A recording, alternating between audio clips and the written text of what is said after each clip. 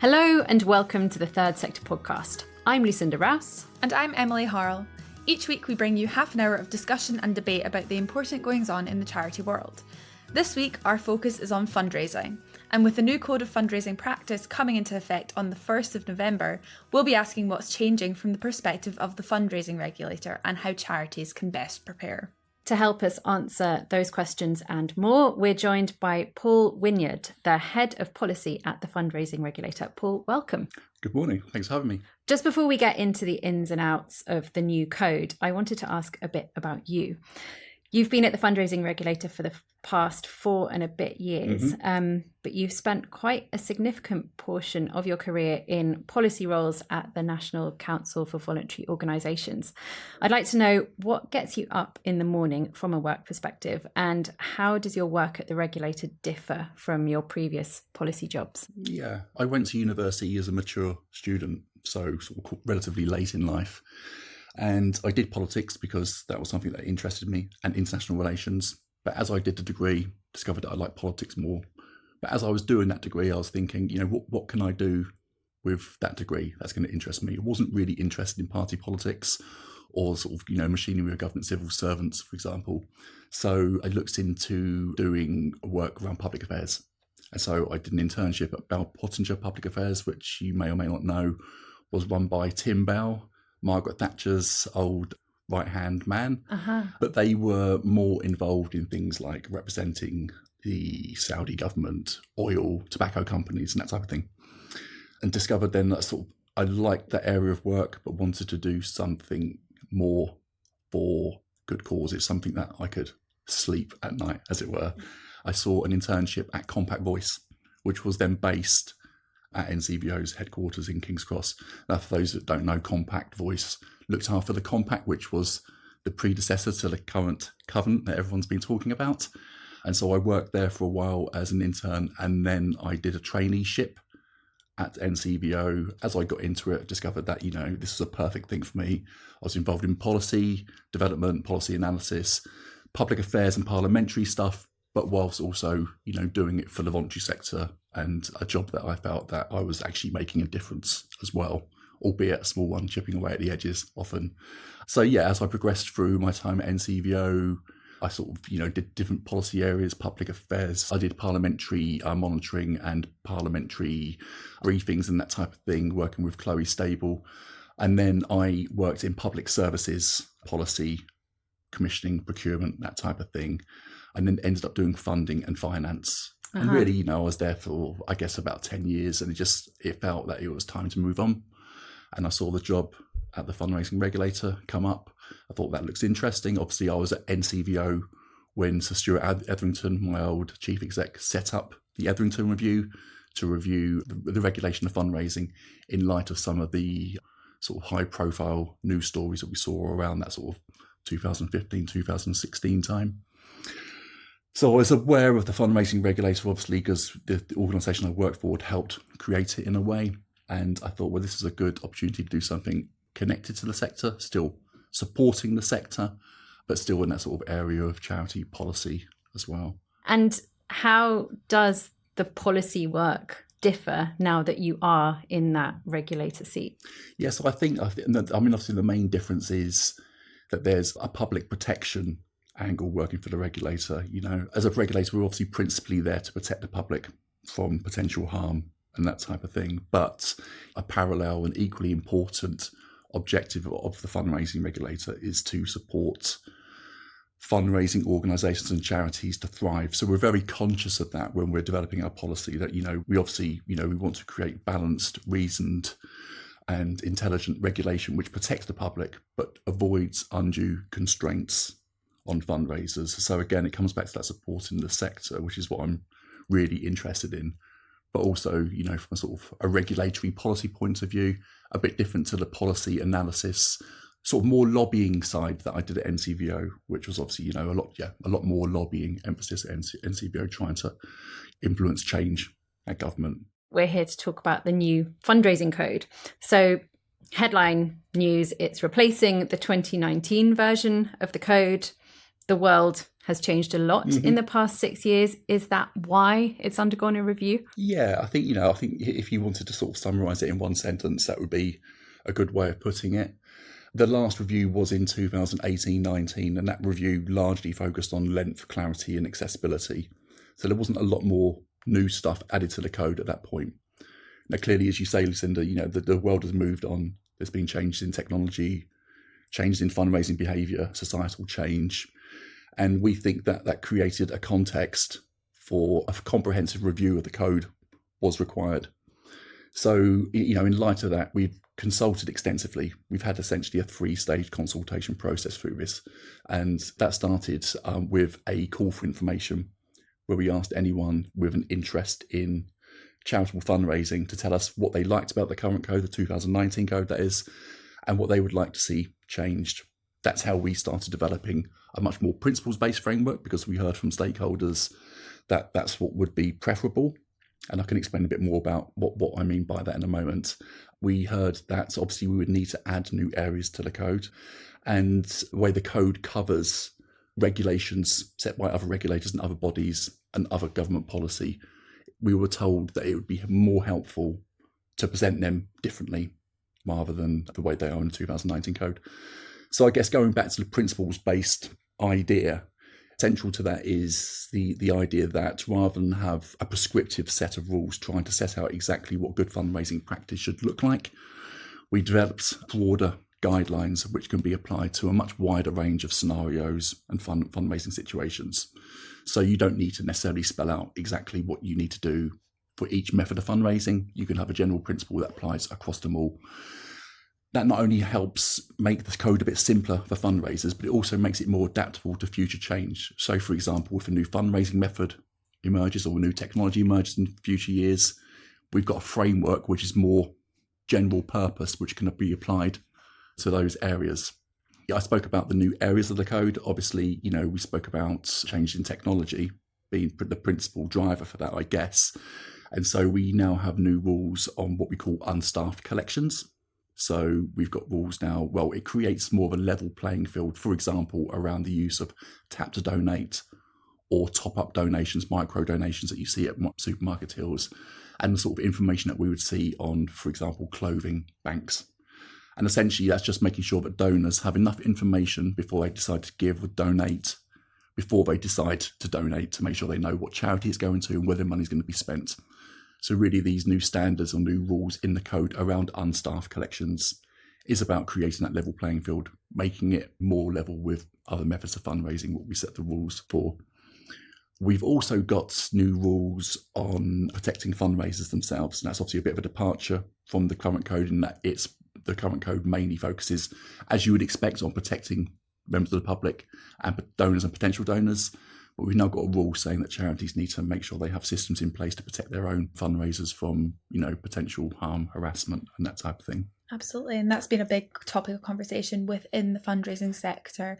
I know you were at the CIOF convention, and it was a topic that came up again in various different sessions. Yeah. So it is brilliant to see that really embedded in the code. I wanted to ask a bit more about the principles-based framework. Sure.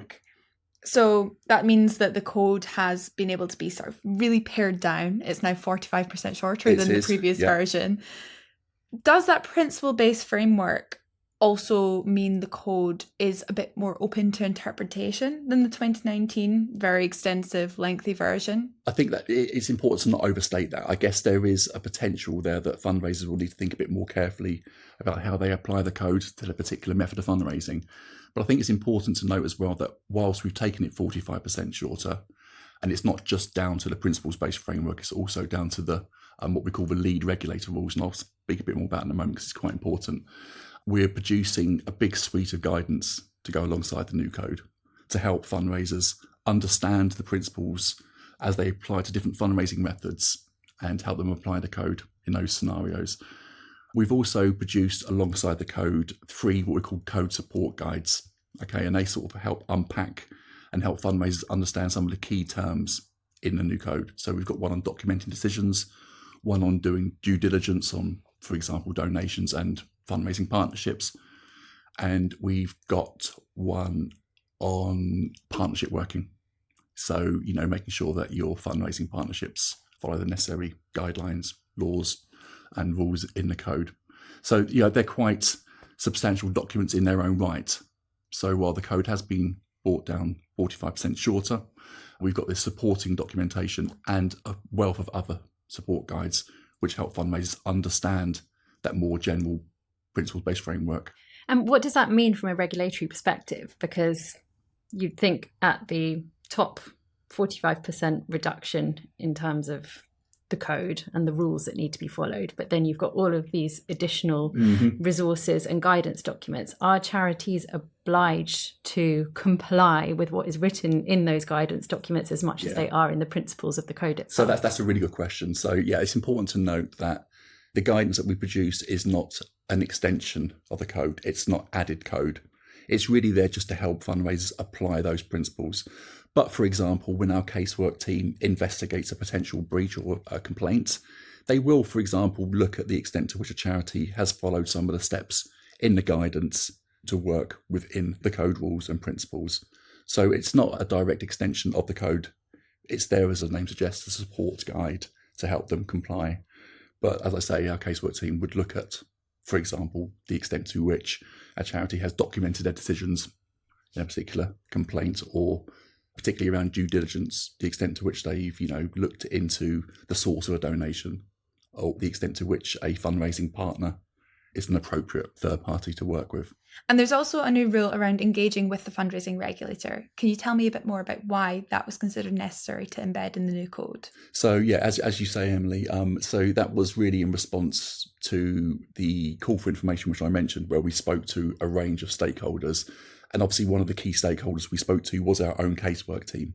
And I think in the past, there's been some issues around, when, for example, a complaint comes into the casework team and they want a particular charity or fundraising organisation to engage with them on an investigation, there was sometimes a sort of maybe a reluctance to do that in a timely and constructive manner.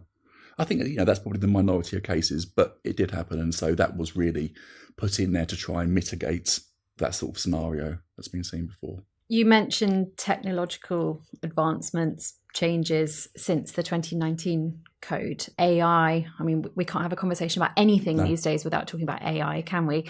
AI in the fundraising space is a hot topic. And I wonder if you could talk a bit about what your approach is to regulating the use of artificial intelligence and what key principles you would expect fundraisers to follow. So, you'll see from the new code that we don't explicitly mention AI in fundraising in there. And it is something that we considered through the consultation process, but the overall feedback that we received was that there wasn't really a need to do that, and it would be better addressed through guidance. And we've got some guidance coming later this year on that. And that's about how to work with AI in fundraising to make sure you're code compliant. The reason why we didn't is because the code already provides a framework for using AI. The basic principles of being legal, open, honest, and respectful, the four values that underpin the code. I think, it's always useful just to remind fundraisers that when they're doing any fundraising activity, regardless of referring to the code, if you can just think about your fundraising activity with those four principles in mind, it's really instructive to help make sure you get things correct. And I think with fundraising and AI, equally so. For example, the key principles in the code around not misleading donors or not causing harm or anxiety, not exaggerating details, and this type of thing, they apply to AI just as much as they do to any other fundraising method. For example, if you had a fundraising charity or organisation that had a photo of a particular scenario, say building a well, okay, and they wanted to use AI to, for example, change the saturation of that photo, make it a bit brighter, change the contrast a bit. That's been happening with Photoshop for years. That probably wouldn't be an issue. But if, for example, the use of AI created a smoke plume in the background, either intentionally or through a hallucination, as we know AI can do, then there would be an issue there for us in terms of misleading potential donors, because it could create the impression that the scenario is in a war zone, for example. So I think, it comes back to, and I guess, the guidance that we'll be producing later this year will really sort of highlight this. The code provides that framework around, the use of AI, particularly around being open and honest in how you use it. because we know people will use it. Like any industry, they're already using it for various issues. I guess the key thing here is human oversight. AI has a potential to make things a lot easier, to improve efficiencies, and it's not a matter of if, it's when people use it. And so fundraisers will be no different, but it's important that at every step of the way that there is human oversight when it comes to the use of AI. And for example, using the example I just gave, a human would pick up on that if it was a hallucination by an AI tool.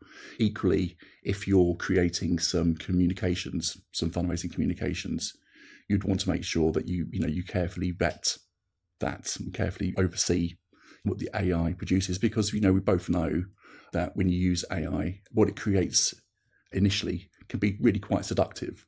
We've experimented with it at the FR in creating comms, and if you give it some good prompts, it comes back with some really good copy, which, as I say, can be really quite compelling and seductive. But it's only when you start really putting yourself in the position of the writer and thinking about how would I have written that, you start thinking, well, actually it's emphasised certain points which probably we shouldn't emphasise. And so it's quite easy. So the hallucinations will sometimes be, or the biases will be quite obvious. Yeah. Like the smoke plume example I just used. But there will be quite subtle ones as well, which may not benefit the organisation, that may have an inadvertent risk involved in terms of, the image that they create for fundraisers. So it's important to just make sure that you have that human oversight, and that's something that we will be very keen to emphasise in our guidance. Equally as well, there's a responsibility on trustees, as there always is. I think one of the key messages in the code, and I think sometimes does get a bit lost, is that trustees are ultimately responsible for their organisation's fundraising. Okay. And so that means they need to know what's going on. And AI is a good example of this. If their organisation has decided to use AI, trustees need to know about this and need to sign it off. And that's not about just a couple of trustees.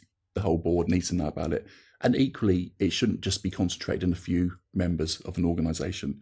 Everyone should know, be trained to use it, should be trained in the risks of using it, and shouldn't necessarily assume because they can use one AI tool effectively that they can use any. Would you be able to share an example of a charity that you've seen using AI really effectively in the fundraising space? Yeah, we haven't had at this moment in time, to my knowledge, any casework on this. Okay, I guess that will change as more organisations use it.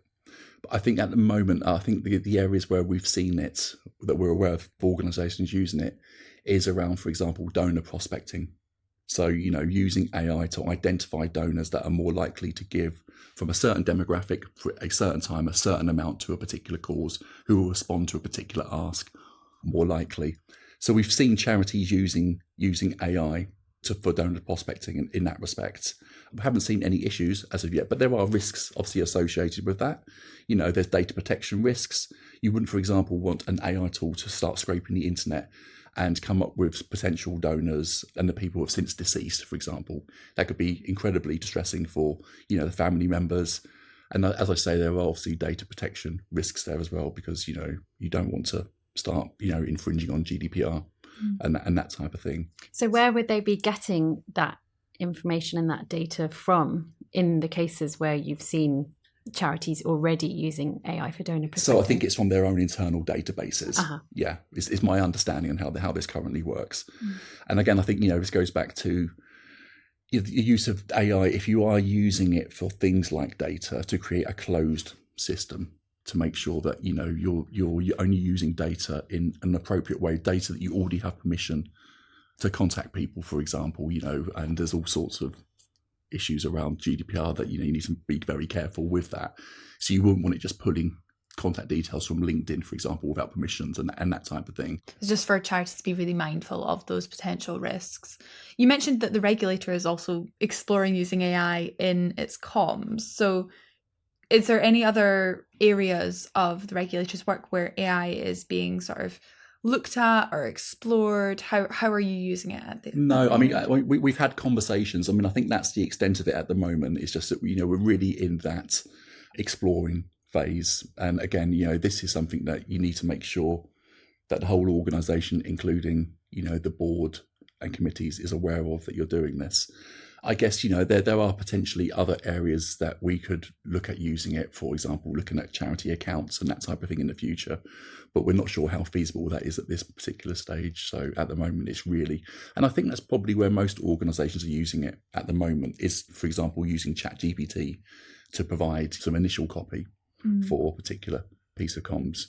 I mean, my own experience of that is that there is still a lot of work involved, no matter how good the prompts are you put into an AI tool like ChatGPT.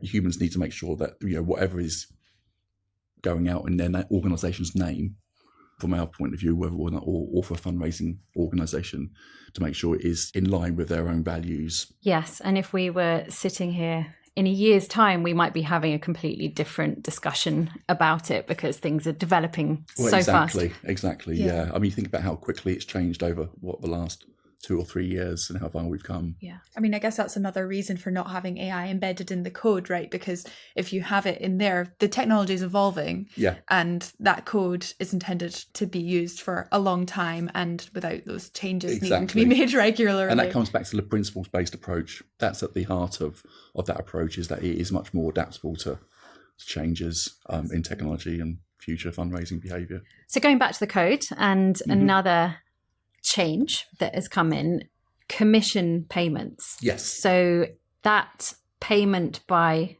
commission will now be permitted in a way that it wasn't previously. Could you explain that? The current code, 2019 code, it suggests that fundraisers or fundraising organisations should only use commission-based payments when absolutely necessary.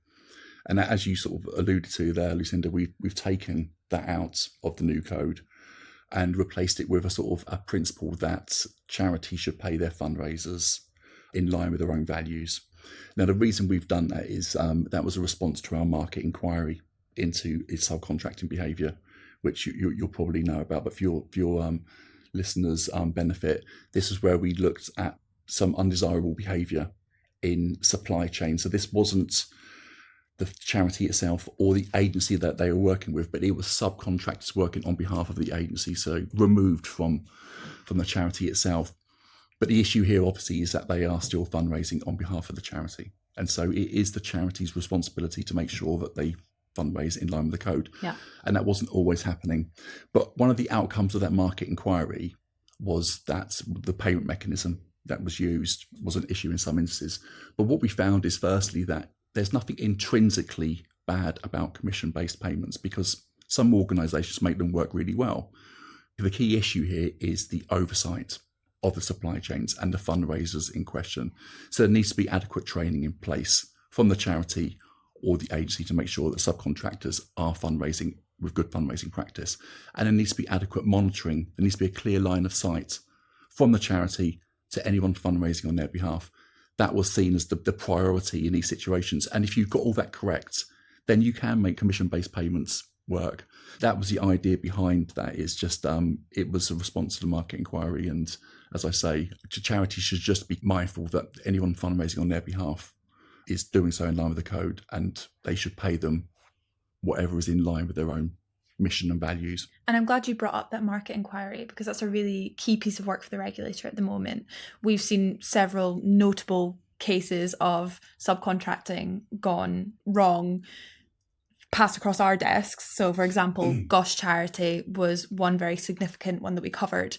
Can you tell me a bit more about what the regulator is doing to make sure that charities are sort of learning lessons from these cases and how to go about subcontracting in a way that is compliant? Yeah, I mean, I mentioned the market inquiry and the report that come out of it. I guess that would be the principal, piece of learning that we've shared with the sector around that.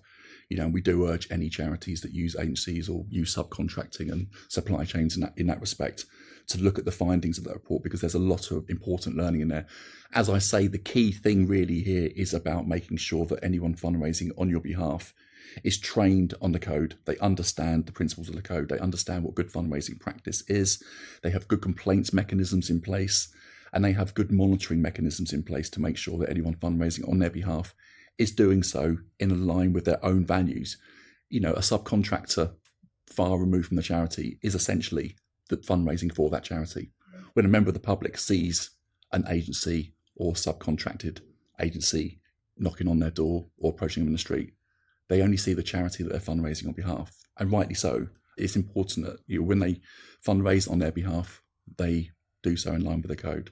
And so that's the key learning that came out of the market inquiry. I mean, our casework team are always keen to, when they're working with charities and fundraising organisations around potential complaints, there's a strong emphasis on compliance, on working in partnership with those charities to help them comply with the code, because often mistakes will be made, and they'll be made unintentionally, and so we're very much of the mind that we want to work in partnership with the sector to get things right often when we receive complaints. Would you be able to spell out a little bit more just how this issue of commission payments comes into that? Because it all makes perfect sense to me that they need to be complying with the code, they need to be ensuring that subcontractors are working to the same values that charities and charity staff follow. How does commission fit in that? So, I mean, it will often be the agency or the subcontracting agency working on behalf of the agency or down the supply chain, but that will decide to use a commission-based payment. But it would only do that if it's permitted in the contract from the charity itself. So the charity needs to make sure it has robust contracts in place to make sure that there are all these things that I've just mentioned are covered. There could be a scenario where a fundraiser working only on commission-based payments, for example, feels a bit more pressure to make or to get a donation from a particular member of the public, and because of that, it could create an incentive, I guess, in some circumstances, to do things which aren't necessarily co-compliant or in line with good practice. Again, going back to what I was saying earlier, I think those risks can be mitigated by the correct mechanisms in place by the charity. Mm-hmm. The charity needs to be content that it's got control over that relationship adequately to make sure this type of thing doesn't happen. That's what is at the crux of the concerns around commission-based payments, is that it can lead to that type of behaviour if not monitored correctly, and there aren't the right contracts, sort of training put in place. Another area that I personally find very interesting is the work that you've been doing with other regulatory bodies in the activities of community interest companies, and understanding really where the role of the fundraising regulator fits in that. There have been a couple of notable examples recently where community interest companies are fundraising, perhaps even pretending in some instances to be charitable fundraisers on the street. The main example that I'm thinking of at the moment is Inside Success, where there are fundraisers on the streets selling magazines, supposedly in the fight against knife crime, but charities working in that same space have accused them of doing very little in the latter, and actually digging in really raises questions about what the intention of these organisations are.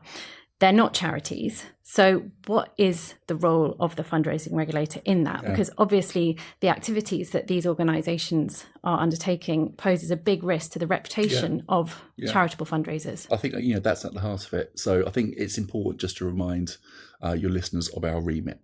So we don't just regulate registered charities. We regulate charitable fundraising. And so that's registered charities, exempt charities, other organisations with philanthropic or benevolent purposes, for example, exempt charities, universities, private schools, that type of thing, who aren't necessarily regulated by the Charity Commission. And community interest companies would fall into that, in terms of, some community interest companies would fall into that if their purposes and objects are charitable. Okay. So as you sort of mentioned, Lucinda, our interest here is, firstly, it's they're doing charitable fundraising. So we want to see good practice, and they're not always necessarily doing this for various reasons, whether or not it's pressuring members of the public to give or collecting without a license and that type of thing. A big issue here for us is, as you've sort of mentioned, is the impact that this has on the charity sector and legitimate, charitable fundraisers that are sort of doing things well, and the sort of trust and confidence that they enjoy from members of the public, and trust and confidence in the charity brand more generally. When a member of the public sees a community interest company fundraising, they don't see a community interest company fundraising, they see a charity. And so when that organisation engages in poor behaviour, like I say, whether or not that's, not having a licence or pressuring people to donate, harassing people, not leaving them alone when they're told no, as a fundraiser should, then, members of the public see that as a reflection of charitable fundraising more broadly. And, as I sort of mentioned before, we're obviously, as a regulator, we're here to principally support and to protect members of the public from harm and poor practice. But equally, we're here to help fundraising organisations thrive. And, that's one part of it, in that we want to make sure that these organisations don't have a negative impact on the charitable fundraising brand and the charity brand, which I think they do, quite frankly. So that's our interest here. I think some people have said, why are you regulating KICs? It's got its own KIC regulator and so on and so forth. And we can talk about that another day maybe. But that's the main reason, is that the impact it has, the potential it has to damage trust and confidence in charitable fundraising. One of the issues that we've sort of come up against here is the fines that local authorities can issue to community interest companies not using a license or fundraising, illegally, are really quite small, and they don't create a disincentive like they should do. Okay, so this coalition has been working together. So this is various police forces, councils, obviously us. So we're trying to get a change to legislation which increases the fines that local authorities can issue to try and create more of a disincentive for fundraisers not getting the appropriate licenses from their local authority or police. And that national coalition is formed of regulatory bodies and enforcement bodies. There was a letter issued to government that urged action in this area. Yeah. How has government responded? I think we're still awaiting a response, is my understanding on that. But yeah.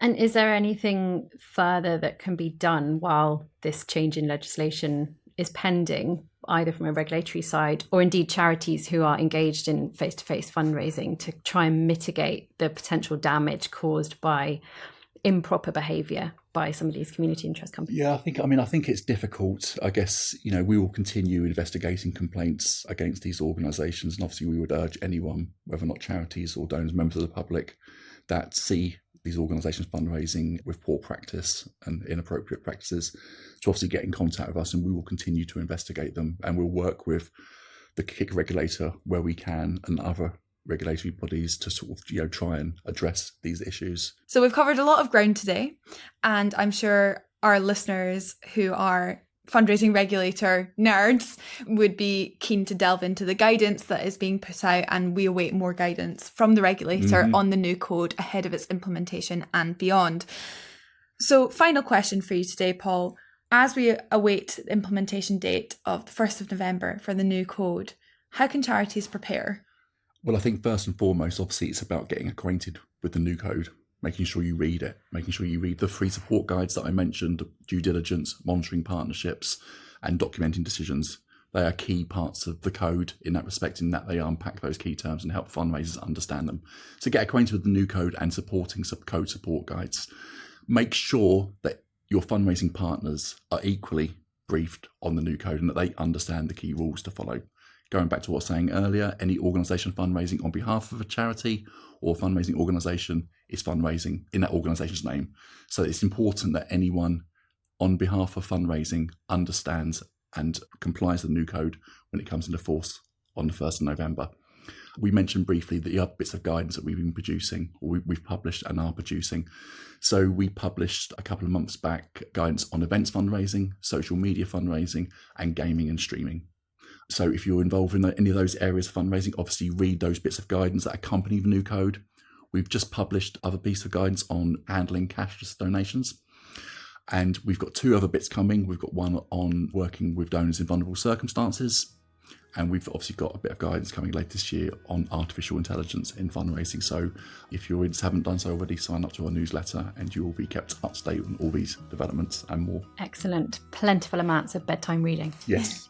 Paul, it's been a real pleasure to have you with us. Thank you so much for joining us. Thank you. Cheers.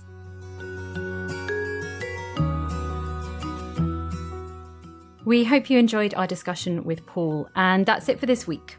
Next week, we'll be finding out about a new innovation lab at Young Lives versus Cancer.